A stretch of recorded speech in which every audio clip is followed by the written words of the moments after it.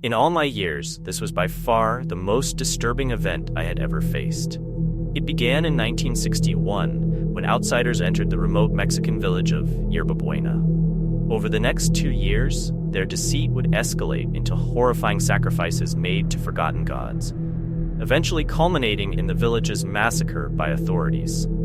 The story that has circulated online since the turn of the century has consistently been told incorrectly. Here's the true and chilling account of Yerba Buena and the bloody cult that led to its downfall.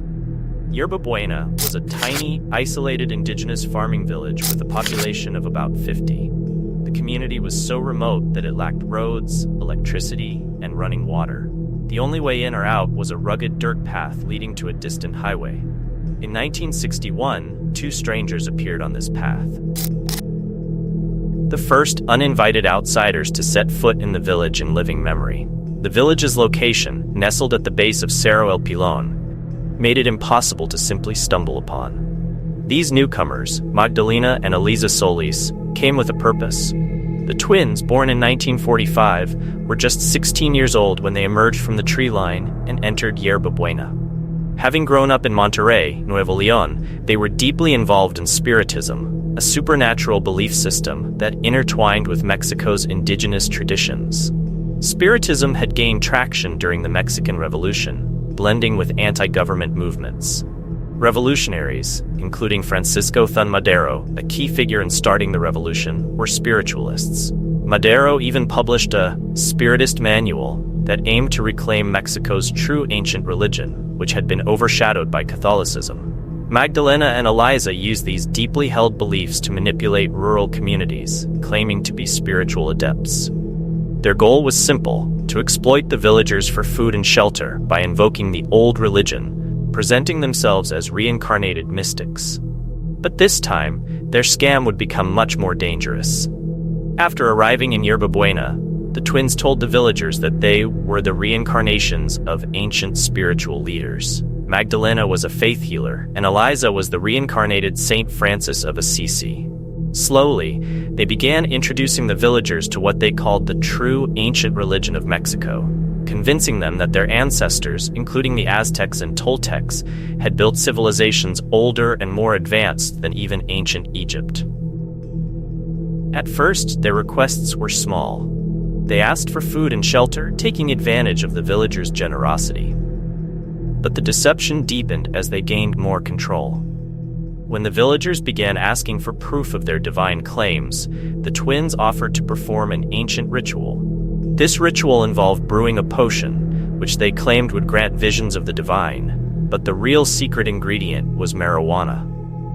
Once the villagers were under the influence, Magdalena and Eliza reinforced their falsehoods, solidifying their control over the community.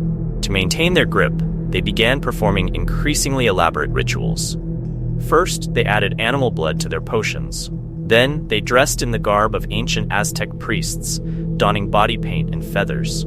As the cult grew, the twins ordained 2 loyal villagers, brothers Santos and Cayetano Hernandez, to help them control the community and extract resources from non-believers.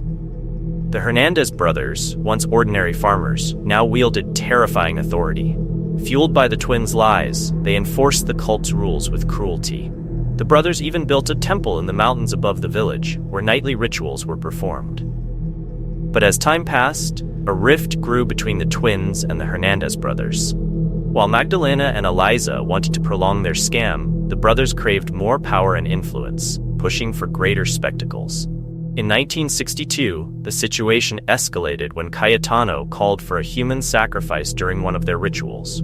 Shockingly, one villager volunteered. Under the twins' influence, the farmers of Yerba Buena had become so brainwashed by drugs and lies that they were willing to give up their lives.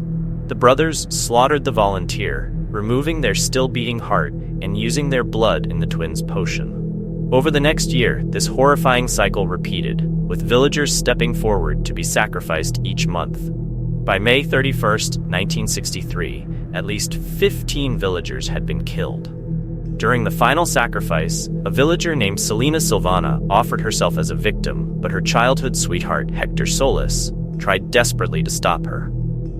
Selena, however, refused to listen, convinced that being sacrificed would grant her eternal life. In the ensuing chaos, the other villagers attacked Hector and carried Selena to the altar. Despite Hector's efforts, she was brutally sacrificed. Grief-stricken and enraged, Hector escaped and reported the cult to the local authorities. Inspector Abelardo G. Gomez of Villagran listened to Hector's account and prepared for a raid on the village. But when Hector returned to Yerba Buena, the Hernandez brothers, sensing the impending danger, killed him before he could warn the others. The authorities arrived soon after, and a bloody confrontation ensued. Cayetano was the first to be killed in the firefight after attacking an officer. As gunfire erupted, Santos and his followers attempted to defend the twins, but they too were ultimately gunned down.